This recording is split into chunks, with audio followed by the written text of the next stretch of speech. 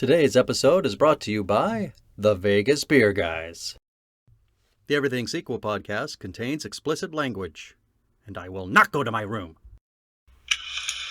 Pen is dripping with ink, I'm sure. Tom Stewart of Lonesome Whistle Productions. Hit me, Tom. How do you feel? How do you feel? Tell my mother I feel fine.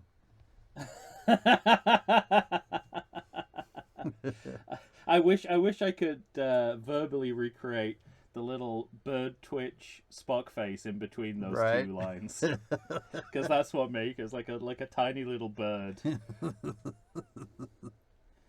That's great. Yeah. Well, here we are. The end of another series. The task in front of us. Well, questionable. You're right. Not only is it not the end of the film series, the TV series has barely started. Correct. Especially given the last few years of shenanigans. I mean, there's too much Star Trek. I mean, I don't know how to put it either better or more intelligently. There's too much Star Trek now. Just too much. There was already slightly too much. And in the last few years, it's exploded. It's insurmountable.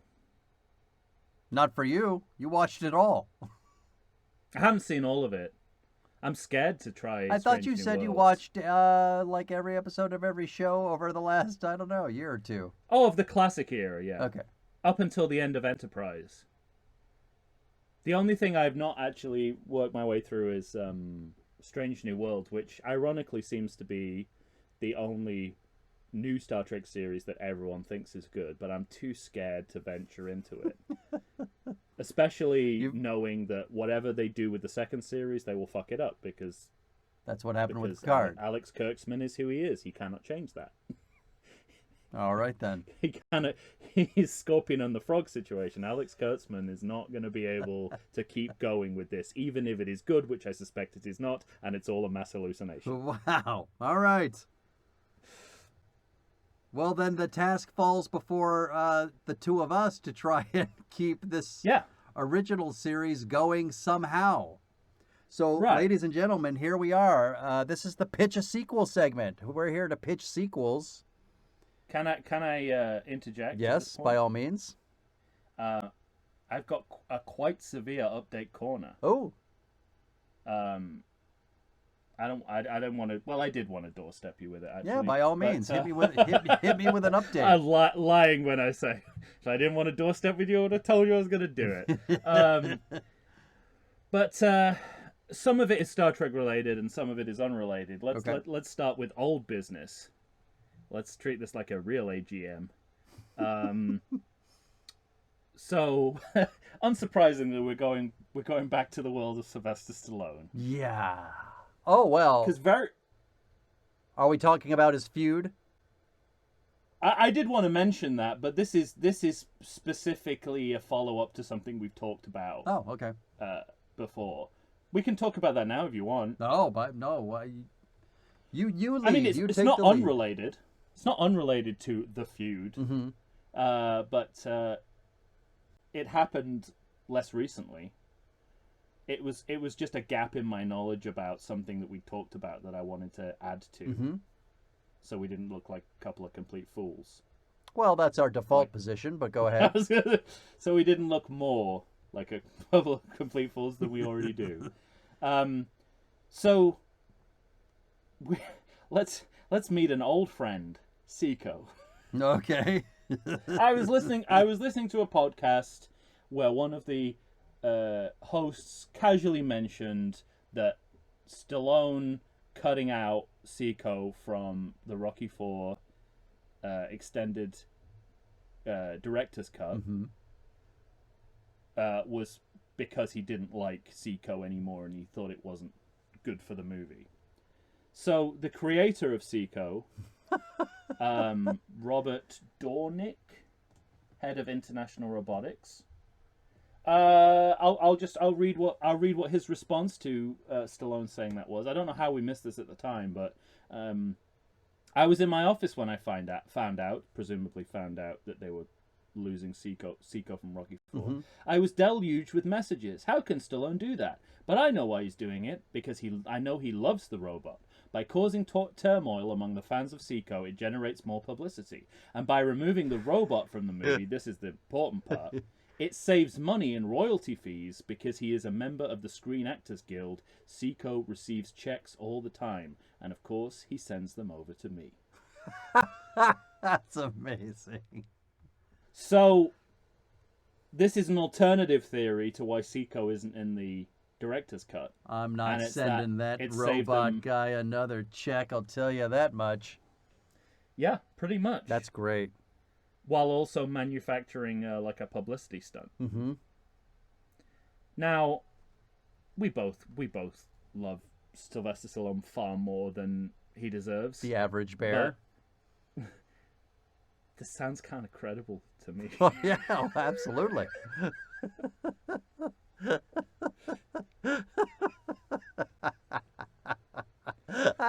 I just wanted to put forth both sides. Yes. Do with the information what you will. However, this is clearly the truth.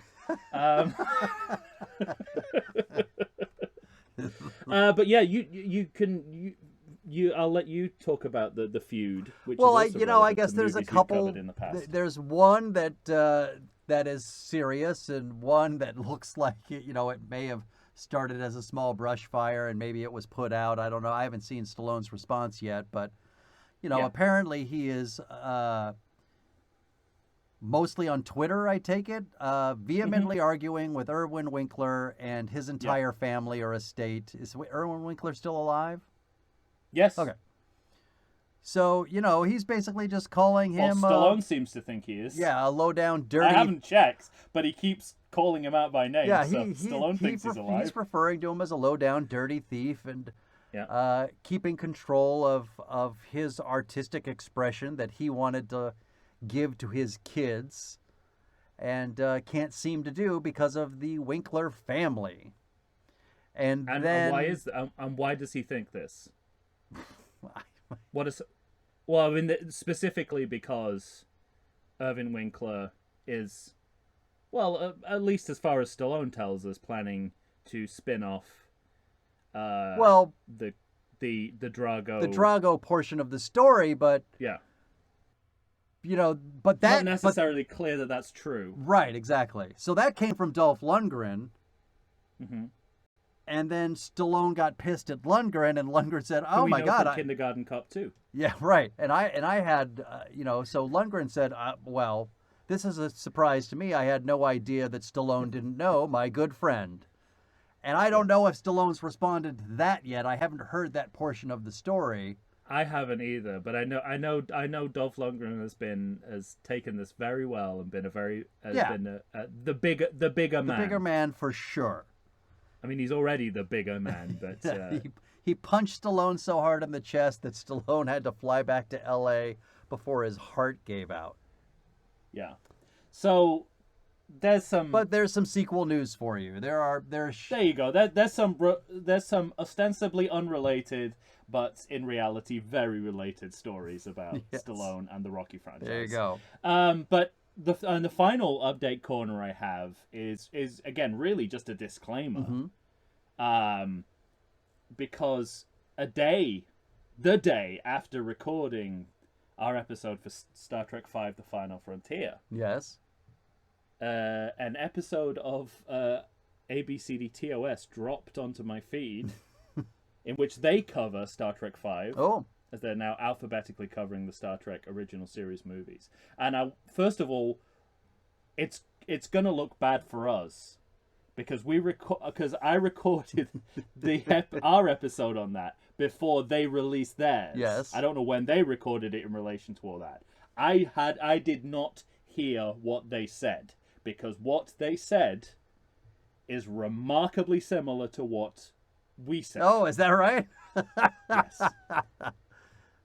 I will admit, I did quote Tom Taylor from ABCD-TOS on an unrelated matter. However, he also made the Thor Love and Thunder comparison. Did he? He did indeed. but it goes well beyond that, and I wanted to like Star Trek 6 on aging, get in front of this looking like we stole their entire episode from them. Yeah, we don't do that. Unrelated, a lot of the same observations. Listen to it, it's a really great episode. It has far more production background than we gave, so you will learn other things from listening. You'll learn more about the inside of the mind of Shatner. There will be a ton of crossover. I think probably the hardest pill to swallow about this for me, in terms of the timing, was that John Ingle mentioned something that I had in my notes that didn't make it into the episode, which is that. No. I'm going to say it now. Go ahead. I don't care if I look like a plagiarist. I'm going to say it now because I'll take a picture of it on my notes. Yeah, there you go. We can add it. When the cat stripper is thrown into the pool, into the water, she makes a sound like James Brown. And on this episode, they actually went back and forth about whether this was legitimately a sound clip of James Brown. That's amazing. So, well, now I got to go back and rewatch it. It reminds me of my discussion with Lady Chu for when we were talking about Broken Arrow. Yeah. Because I had read something about the final fight between Christian Slater and John Travolta, and you really got to lean into it. Yeah. To hear it, but when you really lean in and listen, there are the sounds of jungle cats in the middle of their fight. Right. And when you do hear it, I mean, it takes it to a level that is almost sublime. Like it's delicious. Yeah. So now I got to go back and watch the cat drowning, because I don't think I picked up on that. Well, I tell you, we got ahead of them when it came to the chicken noise on the Klingon thing. Okay. So good. I just wanted to, to let you know that we weren't pilfering from their work, even though it absolutely will look like we did. All right. When this episode comes out. Noted. And that was Update Corner. That's Update Corner, and so here we are. The what I would call unenviable task of trying to come up with another movie in this series that ended so splendidly. Now, we have our time machine. We don't have to go to the end. We can put sequels in between current sequels. We can do whatever we want. We also have the time machine that exists in World. Yeah. Should you care to use it. If you wish. We've done it before. Slingshot around the sun. Absolutely. We've done it before.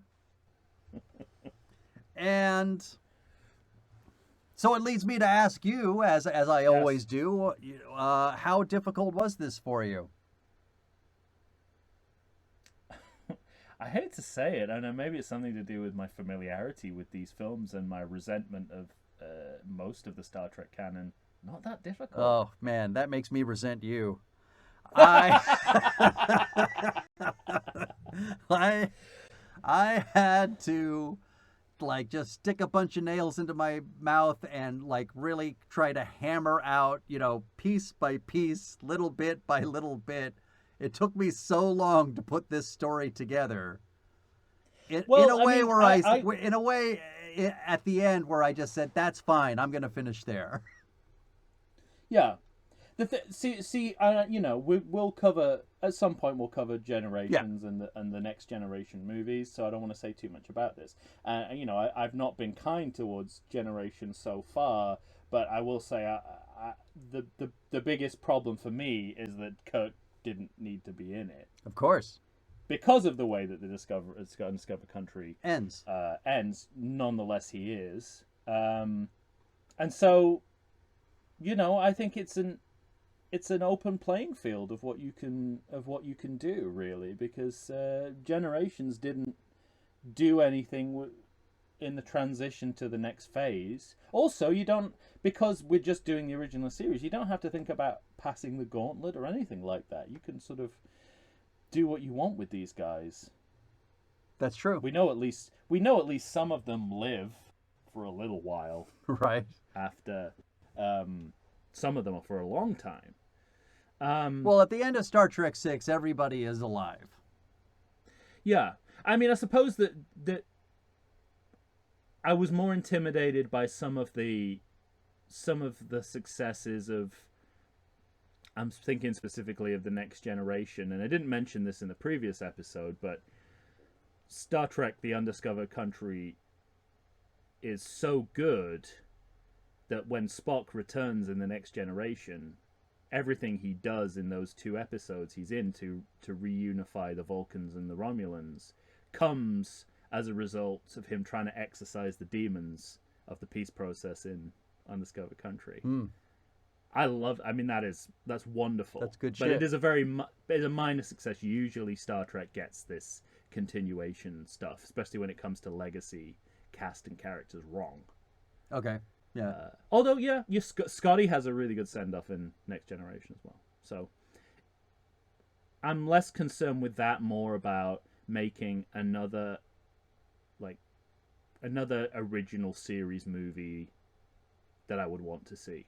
Mm-hmm. That was all I was thinking about. Like I said, taking it all the way back to the beginning, this is, for a long time before I did my 5-year mission, right, this was the be-all and end-all of Star Trek for me. Okay.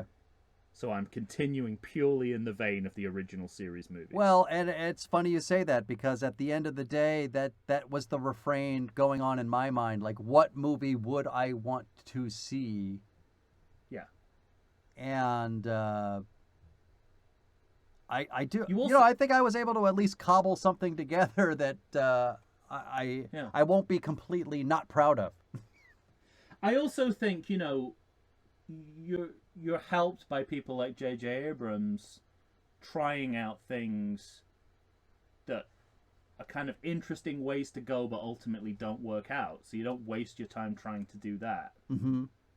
Like using time travel to create an alternate timeline. You're like, that's not a bad way to carry on. Right. But ultimately, there's really nowhere to go from that point onwards, as those films have proven. Yeah. So the fact that people have sort of experimented and tried also helped me kind of narrow down what it was that I wanted to get out of this pitch. Because, a lot of it is kind of low-hanging fruit. I mean, I think what Abrams did with the time travel aspect was feeding off the role of time travel in the series and in the movies. So I can, I'm not a fan of J.J. Abrams, but I understand that what he did was true to the spirit of the series. The franchise, yeah. And it's absolutely a way I could have gone had it not existed, and I'd seen that it was a poison chalice. Do you have time travel? Incidentally. Okay. Let me ask you this. I don't really know. I was like, I don't not have time travel. Understood. But it's not called time travel. No. Okay. What about, do you mean it's not called time travel in the narrative, or your movie's not called Star Trek Time Travel? No, I mean, if scientifically, okay.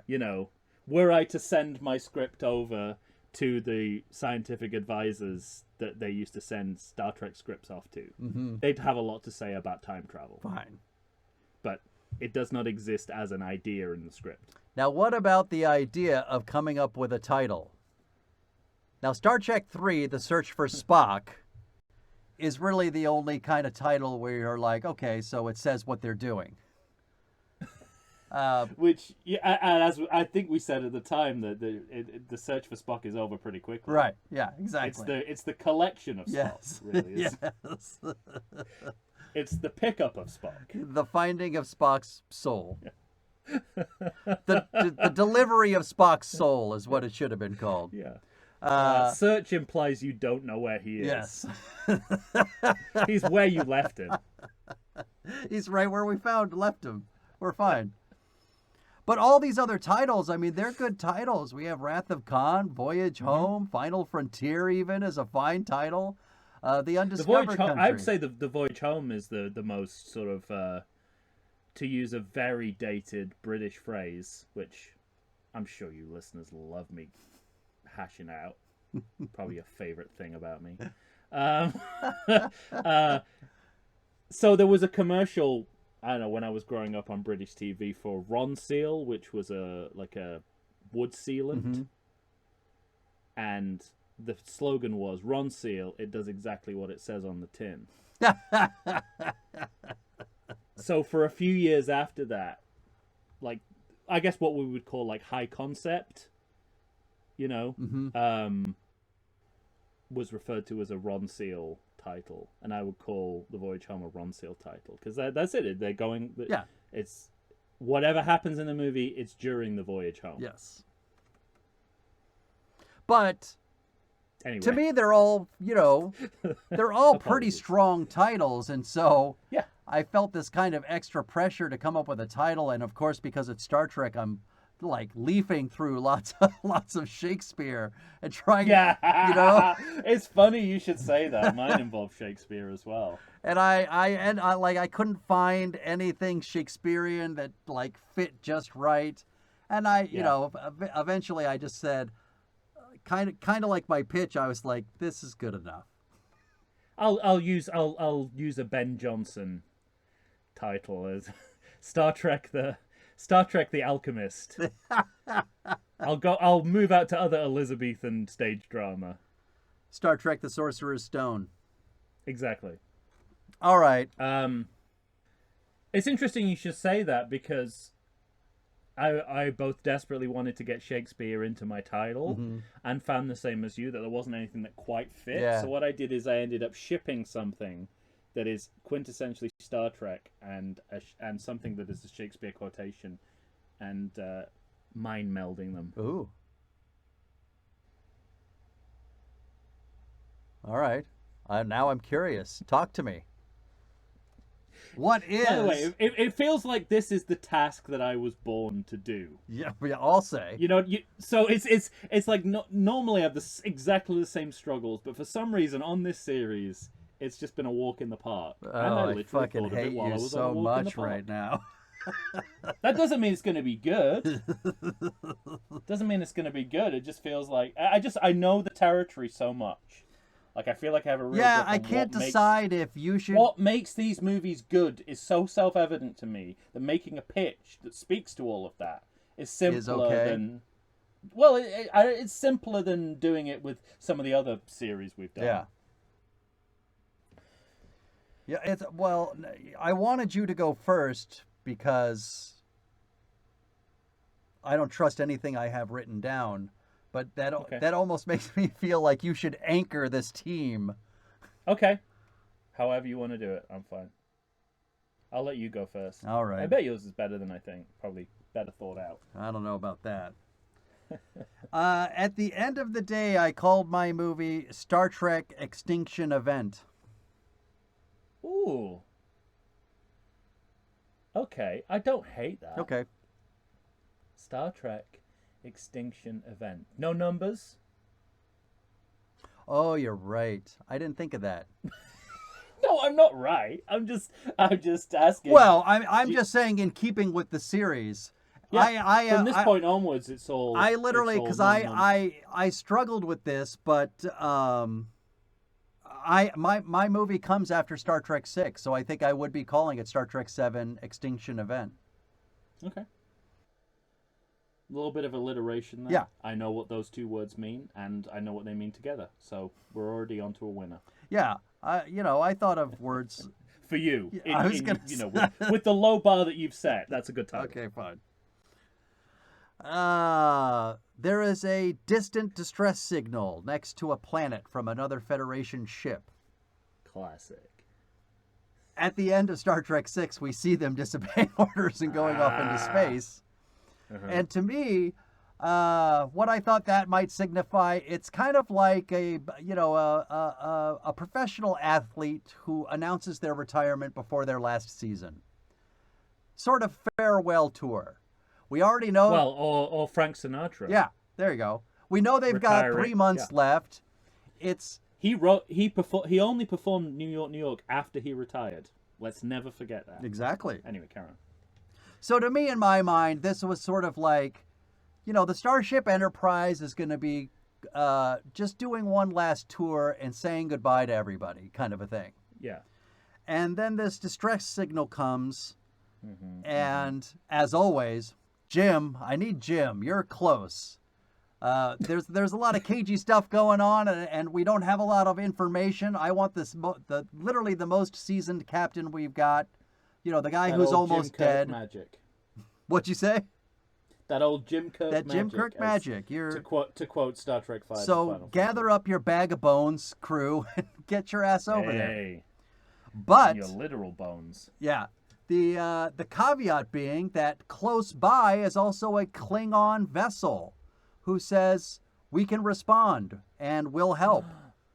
And so what you have is maybe the first instance after the peace has been set of these two groups having to work together. Star Trek 6.5. There you go. So what I have decided was to base the core of this story going back TOS style to the Balance of Terror.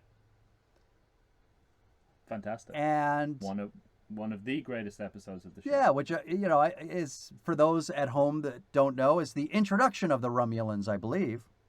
Correct. And even to the cast of the Enterprise, who have no idea what Romulans look like. Right. And because there was, and a shock to find out that they look exactly like Leonard Nimoy as Spock. Yes, exactly. and that like ancestrally they might be ancestors of Vulcans who took a different path, kind of like Cyborg, right? Yeah, Cyborg would have been far better as a Vulcan. So there you have it. And famously, what's the extinction event? It was you that reminded me that Mark Leonard was playing the Romulan. Yes, absolutely. In that episode. And a Klingon, yeah. So, the distress signal has been sent. Both groups go to investigate. They both send groups of people onto the ship, and it's deserted except for one captain.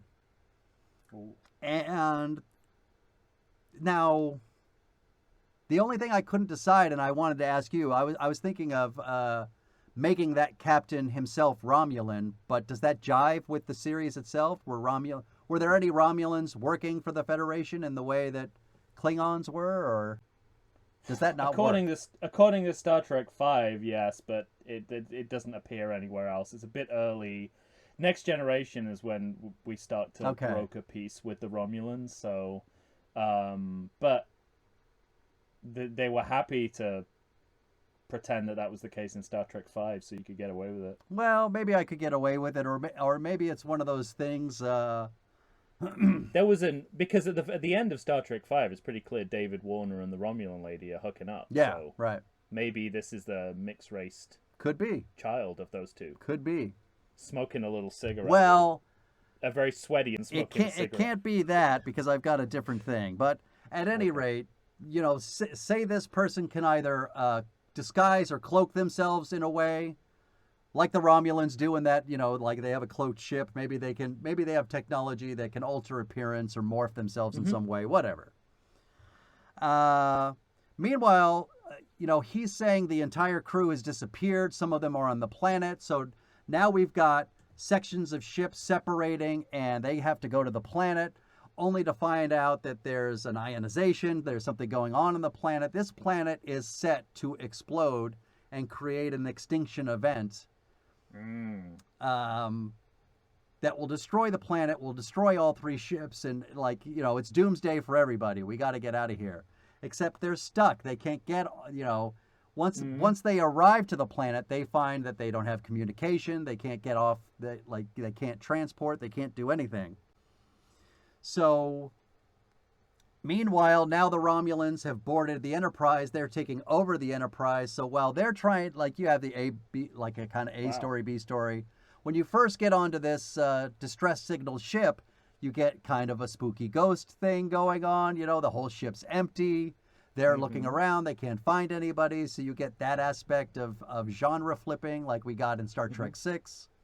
Excellent. And... Yeah, Star Trek likes to lean into its gothic horror now and again. Yeah.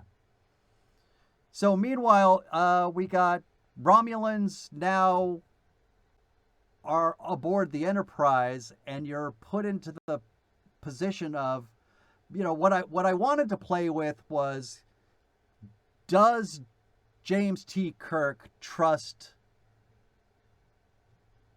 that these new friends, that, the Klingons can be trusted? Because, the evidence is going to be set up in a way in which it looks as though the Klingons are responsible for all of this.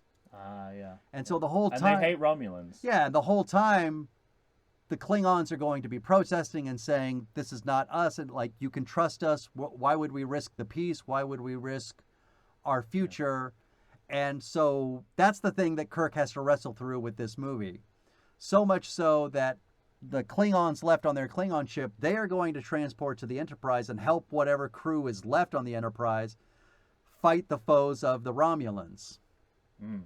Until they on the planet can sort out their shit, everybody can get back on the ship, foil the plan, and get rid, blah, blah, blah, blah, blah, and get out of the way before the extinction event happens. But the big kicker of the whole story is that the person responsible for this was going to be Mark Leonard's son from that original episode, who has been plotting this revenge ever, and he gets to do everything that he wanted to do. He gets to fuck over the Klingons.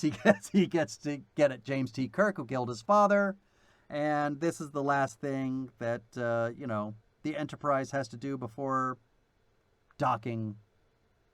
Before they get back and presumably have another court-martial. Yes. So there you have it. Star Trek. That's really good. 7 extinction event. Ticks so many boxes. I especially like that it's a double sequel to Balance of Terror. Yeah. That's my favorite aspect of that. But it feels like it's like a really good episode of TOS. Yeah, I wanted to harken back to that. But set in the post-TOS era, which is great. Fantastic. All right. I think that's great. Whew, I'm relieved. Didn't sound like you struggled with it at all. Oh, I was just piecing it together little bit by little bit. I think there's room for Commander Worf. Oh, that's interesting. In that story, maybe another Michael Dorn could get some more play as because I'm sure he loves being in that Klingon makeup. Who doesn't? Yeah, great. There you have it. Star Trek 7 Extinction. I event. also like, and don't take this the wrong way. I like how pedestrian your title is. Yeah. Because I feel like you can either go grandiose with your Shakespeare, the undiscovered country, quote, right? Or your kind of serial Wrath of. I decided at the end of the day, I'm literally just going to connect it to what is happening in the narrative, and not try to overthink it and call it a day. Yeah. So like I don't take offense because it's exactly what I was going for. Yeah. Well, Wrath of Khan sounds like it's a matinee serial from the 30s. Yeah, absolutely. And I think the best title in the series is Voyage Home, and it's the same. It's like, it's what I did. It's what it's about. Yeah, right. Well, that's fantastic. Kudos. Thank you, sir. Well, my and we're not dissimilar, at least at the starting point of my pitch is very much the same as yours. Are you after the events of 6? Yes. Nice. But and exactly the same. It begins with them flying off. Okay. At the end of Star Trek 6. So it's an aftermath pick. It's an aftermath pick. Well, yours is that's another great thing about yours. Yours is an aftermath sequel as well. Mm-hmm. Mine is not in that regard. Okay. This is much more of a, okay. I'm just going to introduce it, and then we can talk about it. Hit me. Because the title will give away my my plan. To be or not to be a mind meld? You've been working on that since I said. No, right, no. Since I said I was shipping it, I you would literally be came like, up with okay. it just now. Oh, you? It sounds like you've been mulling that over. Like, what's a Star Trek thing and a Shakespeare thing put together? Yeah, of course, it's.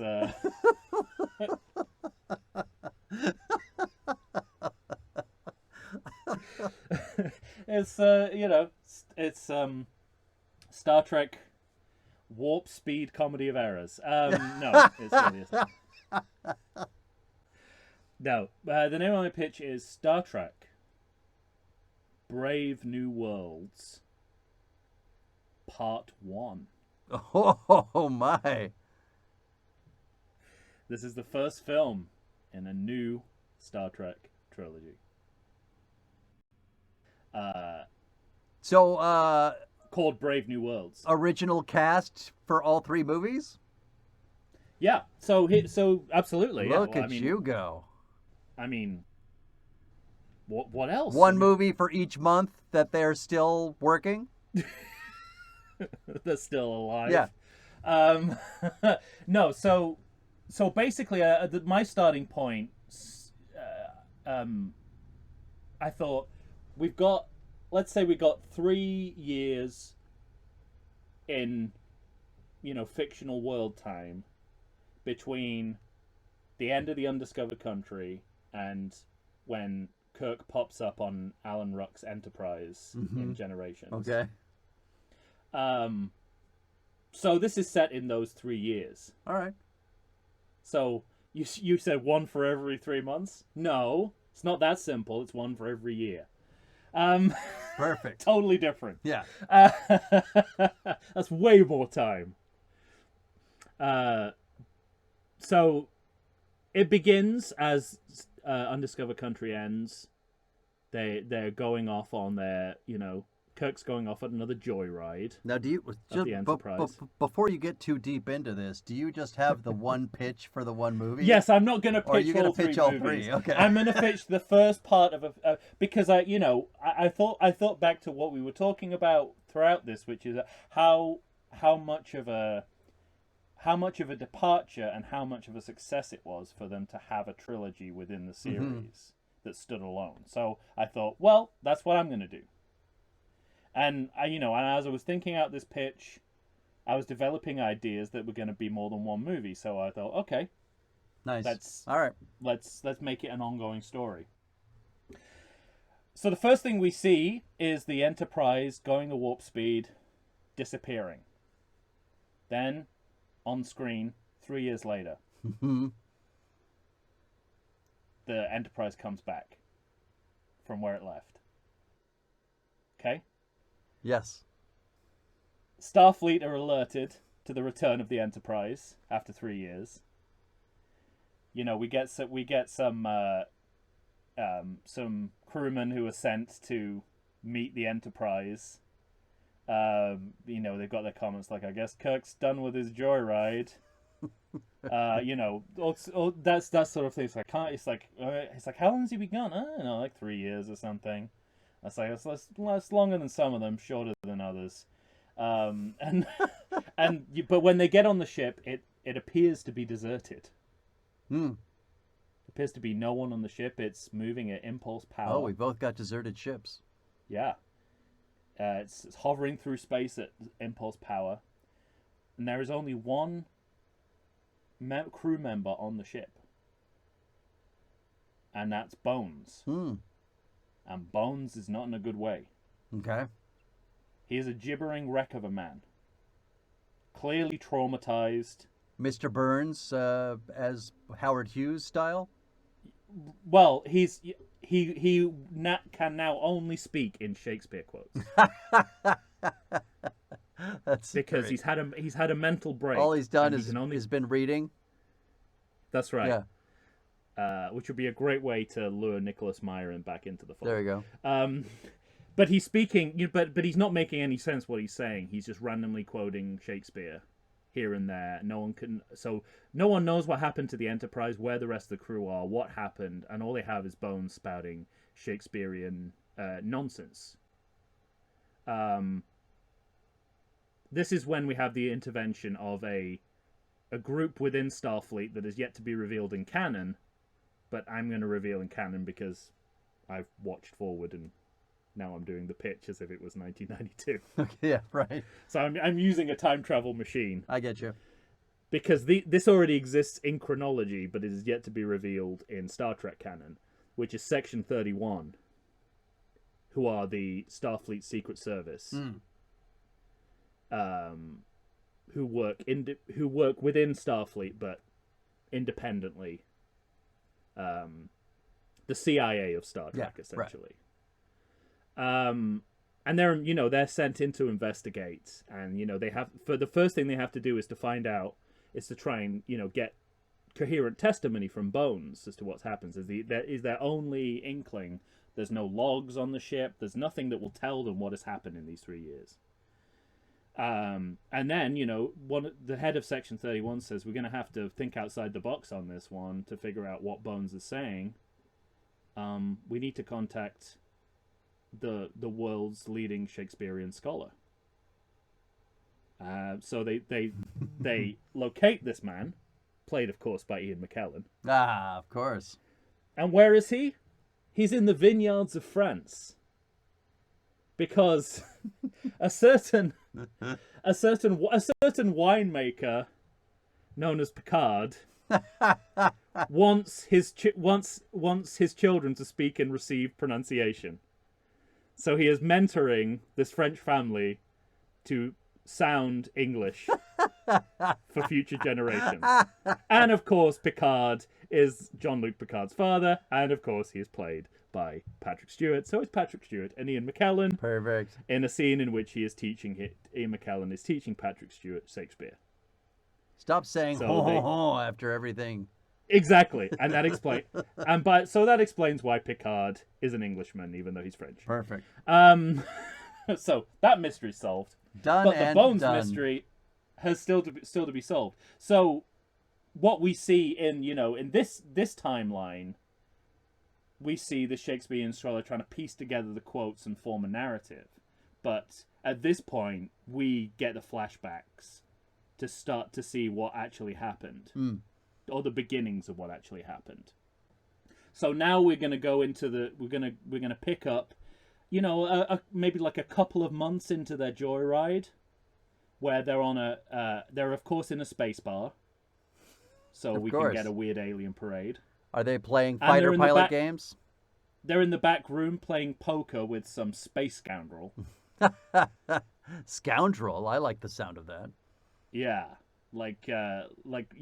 So he's a space. I like it. That's nice. Wrong series, but I like it. You're picking up what I'm dropping down. And they're playing poker. You see Kirk and Bones are playing poker, and an unseen other member of the crew playing with the space scoundrel. And the first thing he says, one of my favorite things about Earth games like poker is how badly Earth people play it. Nice. And, Kirk and Bones, we get to the final hand for the pot. Kirk and Bones are out. There's only this unseen crew member who's still in, right? And this unscreen, out of nowhere, to see and raise the space scoundrel, he offers him the Enterprise. And of course, Kirk is in arms. It's like, you're not the captain of the Enterprise. You can't put the Enterprise up as collateral. Mm-hmm. That's not your ship.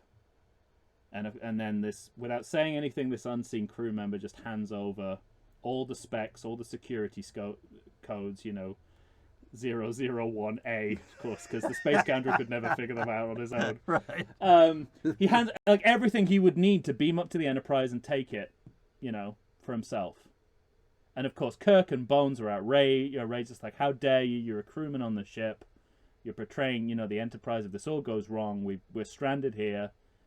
Of course, and this is all a ploy to get the space scoundrel to put up his most valuable possession against the Enterprise, which is a trans-warp drive that will allow them to go faster than any spaceship has ever gone. And so, we finally, we revealed that it's Spock who is the other player. Yeah. It's all part of a hustle to get this transwarp drive off this guy's hands. He wins the hand. This is in the past? This is like a few months after they left. So it's a few months after Undiscovered Country. It's 3 months into the Joyride. Okay. Supposedly when they're supposed to be decommissioned. Right. So they get this transwarp drive, and they fit it to the Enterprise, and then it's just like, we can go to the end of the galaxy now. We can go farther than any man's gone before. Let's continue the joyride. Exactly. It says let's continue the joyride, and of course we're intercutting with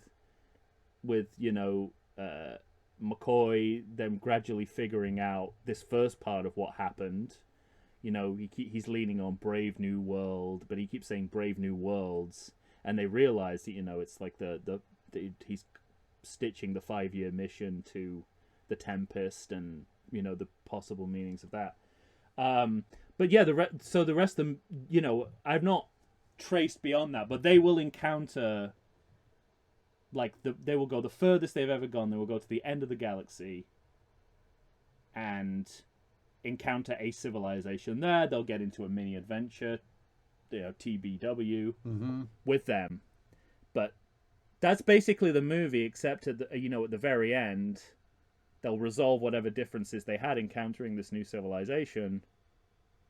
We'll start to see that on Earth, Section 31 and the Shakespearean guy are gradually piecing together what happens from what Bones is saying. Bones is starting to become more lucid and giving away more actual information. But it ends with Kirk, they're turning around the Enterprise at the very edge of the galaxy, getting ready to head back through uncharted space to where they came from. And it ends with Kirk on the bridge, and he signals to his crew to go to warp speed and says, "Let's see what's back there." Bam. Credits. All right. And that is Star Trek Brave New Worlds Part 1. Part 1. And so the ultimate aim of the trilogy will be to find a way for a seemingly unconcerned Kirk to walk onto the bridge of Alan Ruck's Enterprise in Generations. Gotcha. Seemingly having had none of the experiences that he will have. Fantastic. There we go. Brave New Worlds Part 1. Well, there you have it. Two new movies. One of those movies set to be 2 more movies. So that's right. So you get to choose, everybody. That's what you want to do with a severely aging cast is commit them to 3 more movies. Commit them to 3 more movies. I applaud the ambitious nature of your pitch, sir. I felt very uncomfortable about setting mine after Star Trek 6, and you said, "Oh, I've got hold my beer," because you're worried about making those 3 months. Yeah, make sense. Yeah, I've got them going from one side of the galaxy to the other in 3 years, because that's my only. That's the next time we see Kirk in chronology. Right. So anything in those years, fair game, as far as I'm concerned. Heard. I get it. All right, ladies and gentlemen, that's it. You've got 2 new sequel ideas that you get to vote on. Which one do you like the best?